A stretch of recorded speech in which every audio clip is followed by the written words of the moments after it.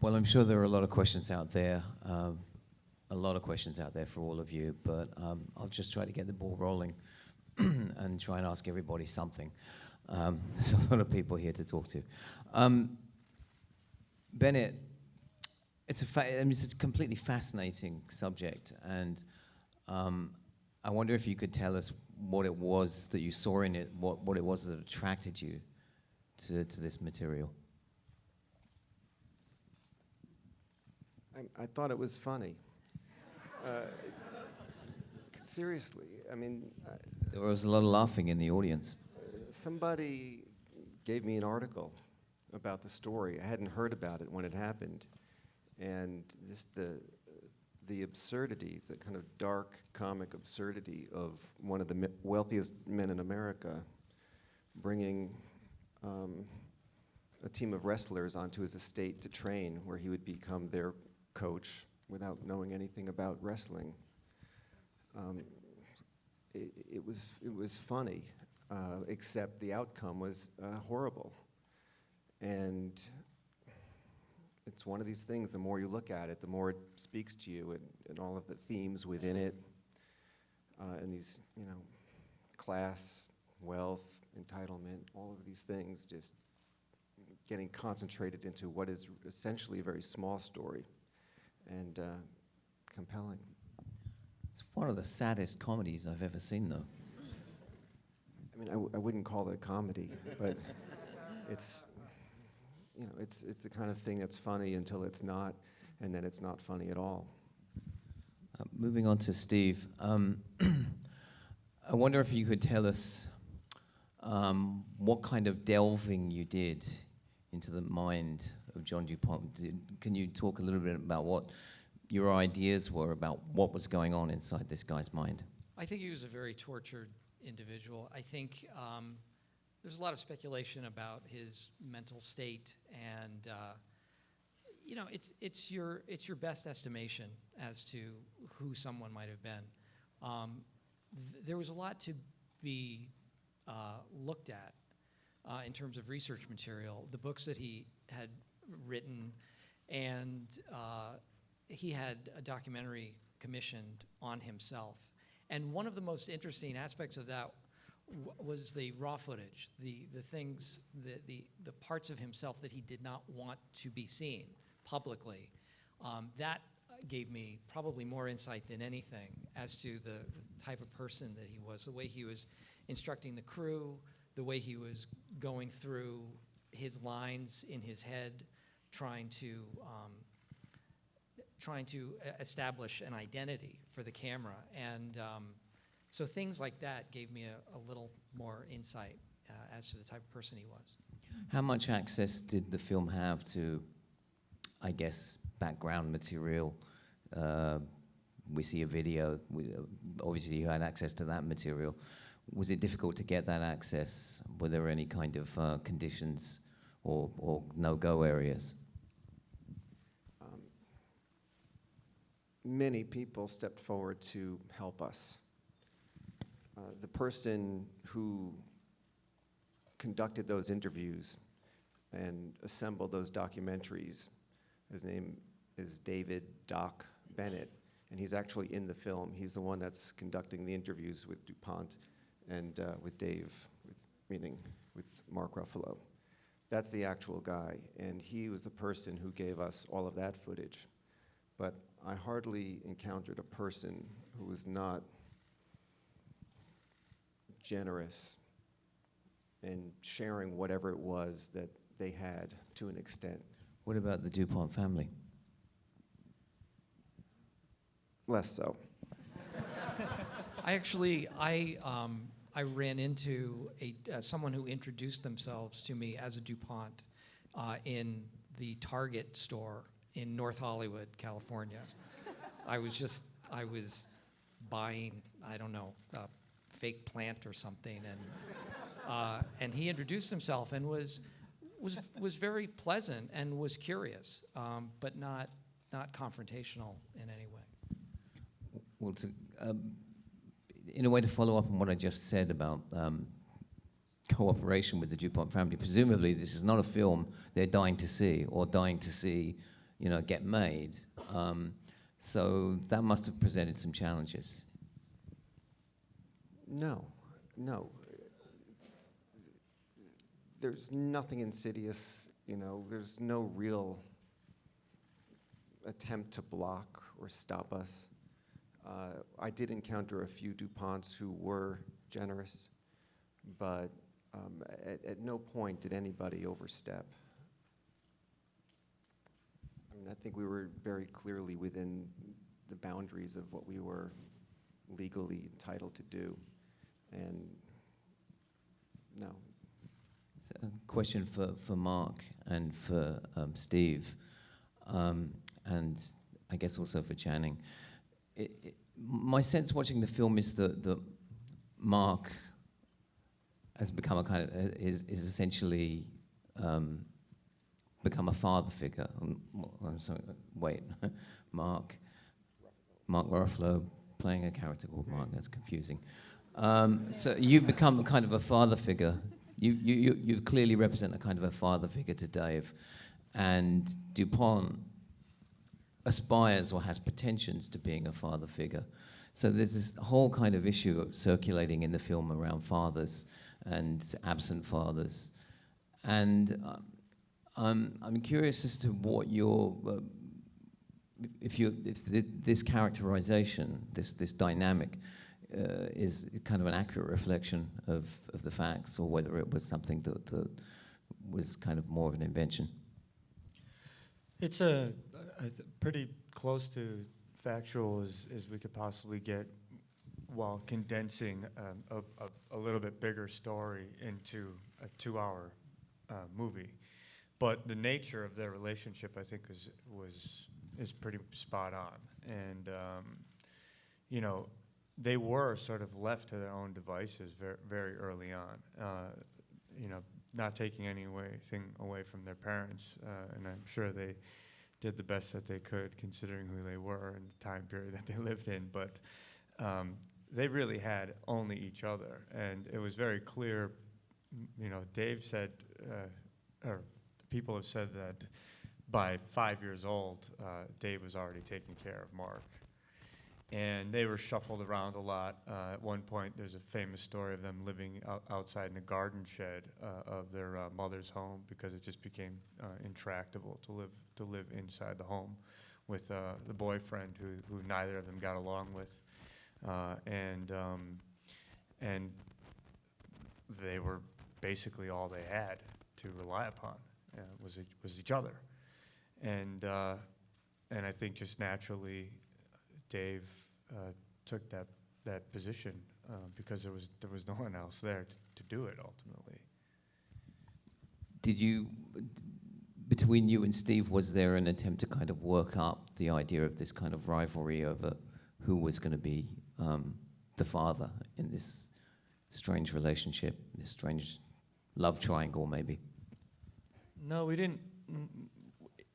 A lot of it just came out of the script, and we were just sort of following the blueprints of the script, and that whatever that dynamic was a mysterious one to us to some degree, but clearly built into the structure of the piece, and then through Bennett's guidance and direction, manifested itself in different ways throughout.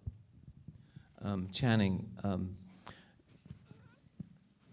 wondering if you could talk a little bit about how you develop the character. There's a certain physicality there. There's a really interesting gait, but one of the things that's most moving about this character and your performance is how vulnerable this guy is.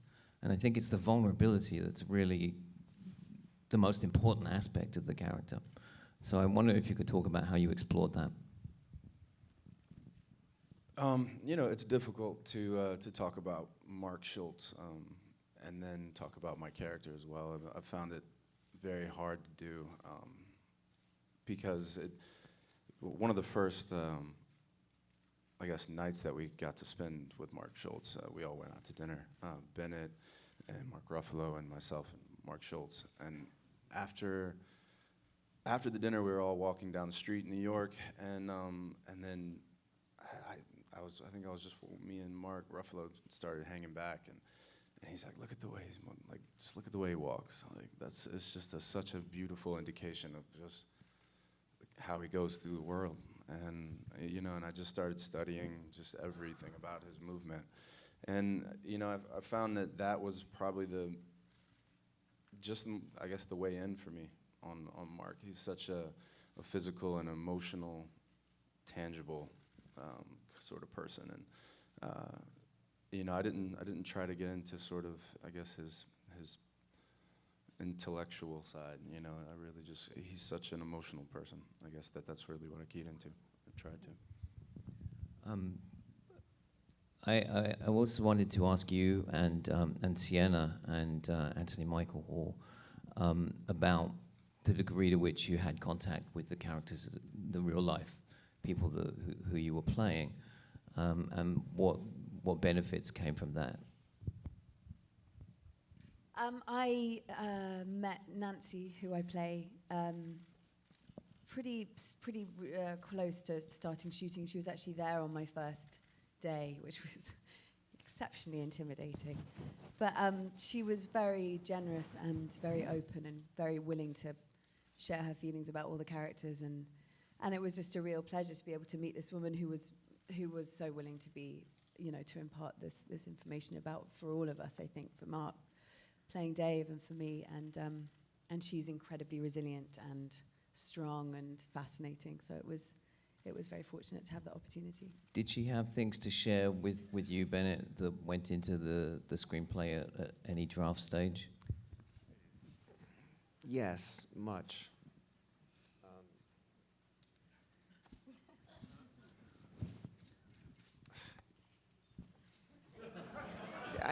Here's listen, there was, the film itself is the tip of an iceberg, and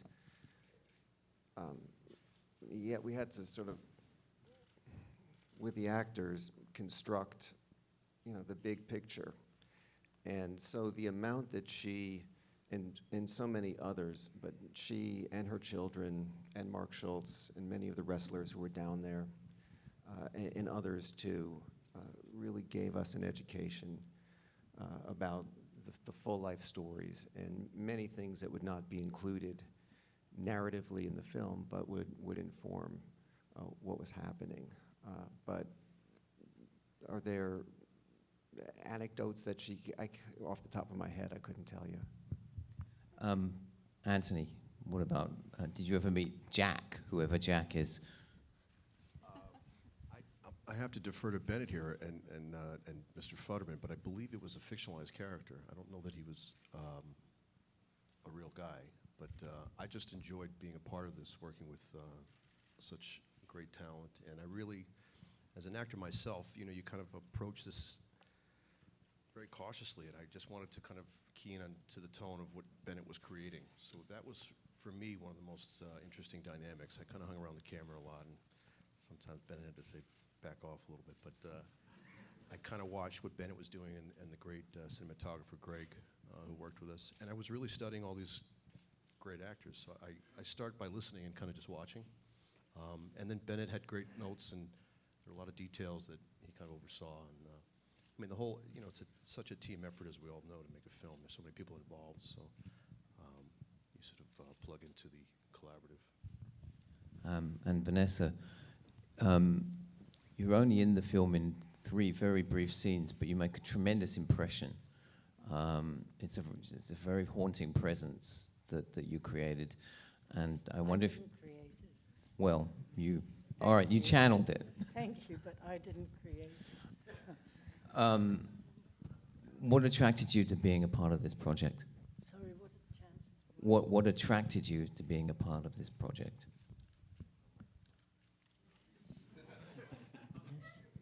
Thank you. The script. I knew I wanted to be in it. I wasn't quite sure how or who the lady was. That's why I said, I hope you didn't take it as it was rude. No, I didn't. Whatever, make the character know. Because although sometimes an actor or actress, as I insist I'm an actress, you do get something and you know, okay, I get it, and then you listen to the director and everybody else, because you must. That's filmmaking. But in this particular case, I couldn't know without listening very carefully and continually to Bennett, and I think he sensed I could have gone off course now and then and just said whatever it was he said, which is why I didn't make it. And in a really fantastic film, I think this is a masterpiece of a film.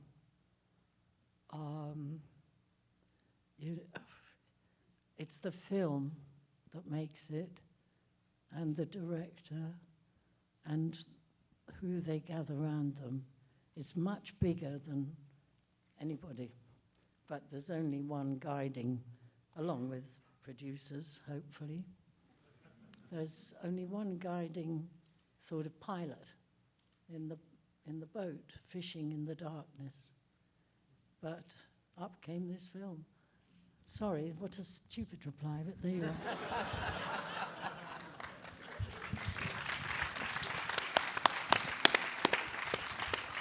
Okay, let's get some questions from out there. Yes. Oh, the lady with her hand still up that I'm pointing at.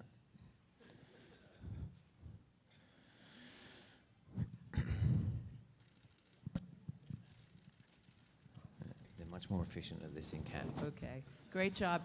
Thank you, everybody. Steve, this question is for you. Your face looked completely different in this role, so can you talk about how you transformed the look and how that informed you playing Mr. Dupont?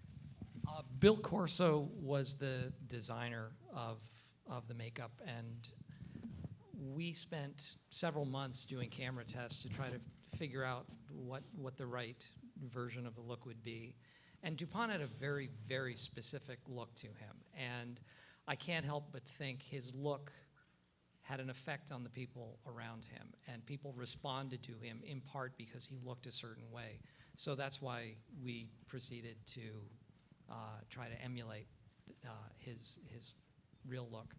And watching tape of him and how he carried himself, I think it was just part of who he was. And my finding, and it was sort of inadvertent, that when I would arrive on set in that look, people treated me differently, and it just tended to separate me from the rest of the cast. It was only during these press tours that I've gotten to know these guys at all, and they're really fun. And but So are you. thank you. But in Pittsburgh, when we were shooting this, that wasn't, it was just a completely different world. And so I think that kind of helped inform the character, just by virtue of how people were responding to me in the character. Hi, I have a couple of technical questions. I would firstly just like to know, sorry, I'm down here in the front, how accurate the sets were, whether the house they used was at all similar to the real John Dupont house, and also what it was like working with the Australian cinematographer, Greg Fraser. Greg Fraser, our cinematographer, was fantastic. Not just a great talent, but also a great person whose sensitivities and care were as important as his very excellent eye. Sometimes it happens that you work with a person who doesn't quite know what they're looking at through the lens. You know, it's color and composition. And if you don't know what you're looking at, that you're watching two brothers separating, or any one of 1,000 vital moments, if you don't know what you're looking at, and if you're not feeling it, and if the eye of the camera operator is not feeling it, you don't know how to light the thing, and you don't know where the camera belongs. And for us to have that dialogue meant that we could both be seeing and feeling the story at the same time. And so he's a fantastic cinematographer and a fantastic, person. And I think all of us really did share our own versions of that, of exploring, struggling to know, a deeper level of the truth. So he was fantastic. As far as the veracity of the sets, there's quite a bit of evidence and research that our production designer, Jess Gonshore, this is my third film with him, we did Capote and Moneyball, he just went very deep with it, and in most cases came up with a pretty close approximation. But a lot of this is available, if you go searching online, you could see quite a bit of the real thing. Thank you all for the wonderful work. I have the crafting of the film. The crafting of the film is so exquisite and so high caliber that the actors, each one of their commitment to the role and the insights they bring to it is very clear of the work that was done, as well as on every other level. But I wanted to ask Ms. Redgrave and Mr. Bennett each a question. Ms. Redgrave, in the scene where you come to the gym, you're sitting there and you're watching like an owl your son, what insight did you have to Mrs. Dupont? And to Mr. Bennett, there are so many levels of desire in this film that very easily could have taken over and become dominant, and doesn't happen.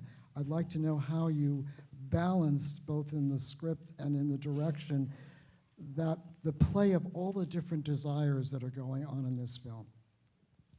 Do you want to take your... Yes, I'll do that, because then you can do all the important stuff. Yeah.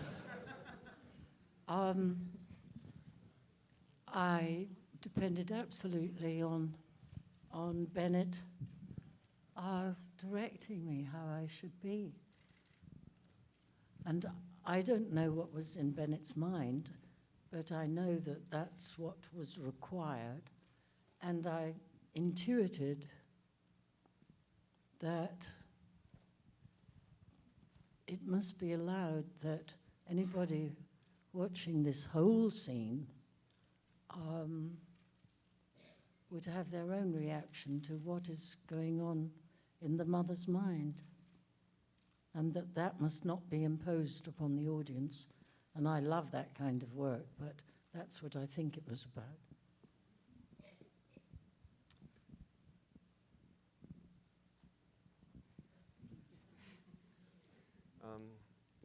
You just said something that helps answer the other part of that question, which is that the performance does conceal something, and that it does leave space to project onto somewhat, and that the various desires in the film could very easily spill over and dominate, as you pointed out, as could so many of the themes and so many other elements. It could very easily tip over into like a drug thing, or like, was there some kind of like sexuality that was, oh, it's about that, or is it a lunacy thing?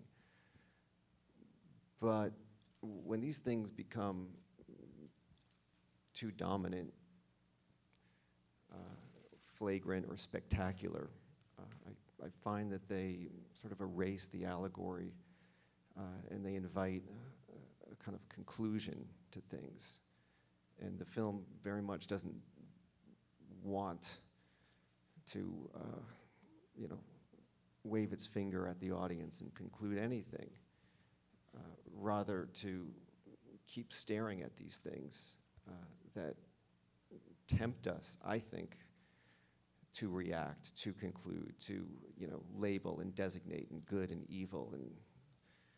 And sometimes making a film like this, you're very tempted towards the low-hanging fruit. You feel like a cat wanting to like bat at a dangling feather or something, but that's cheap. And to restrain from that and just get, okay, but then what's behind that, and what's behind that?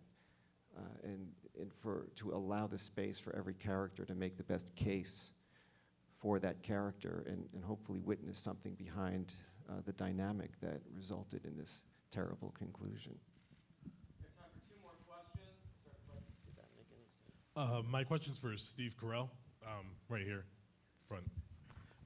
Your filmography has included a lot of comedy, like Little Miss Sunshine, 40-Year-Old Virgin.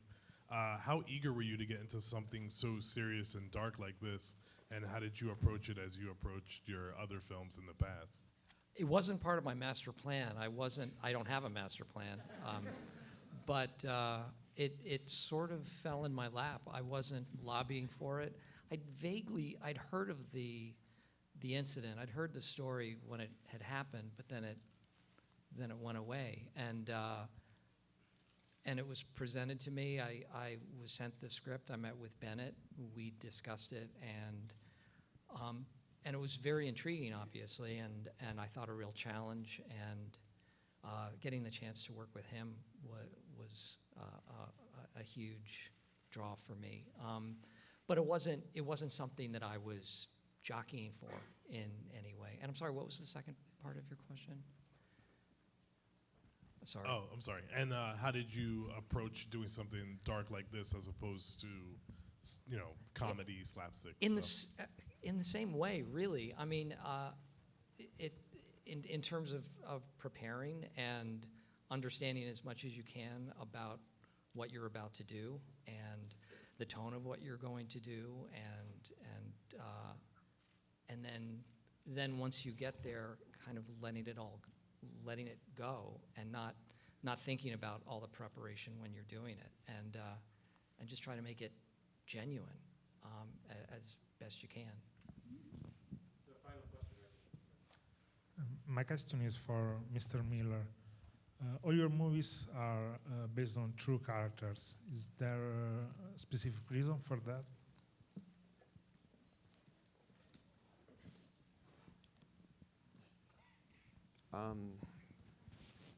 I think it's coincidence, but I do like examining real events. And real events have sort of become the purview of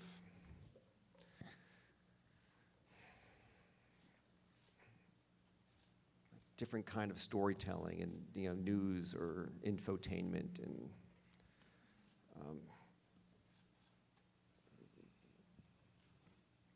things that I personally find leave me wanting, leave me unsatisfied. And if you compare the coverage of this particular story and what's available to traveling around and meeting everybody who is involved and getting to know deeper and deeper about who these people were. It's what I was saying before about the conclusions of things, that we have a lightning fast impulse to like look at a story and conclude like this is this, and just turn it out for consumption, and then find the next thing that gives you that little fix. And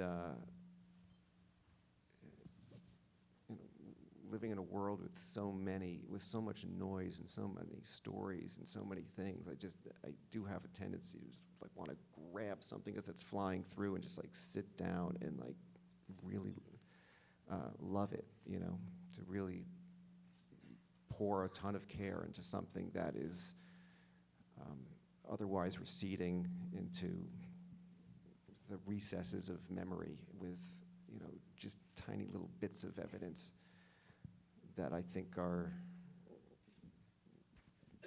inconsiderate of the lives involved.